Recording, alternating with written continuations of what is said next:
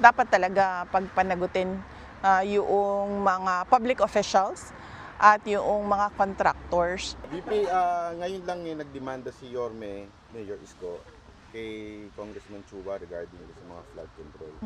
What's your opinion at saka would you encourage other mayors na i-demanda yung mga congressman nila na merong mga palpak o ghost projects? Yes, oo.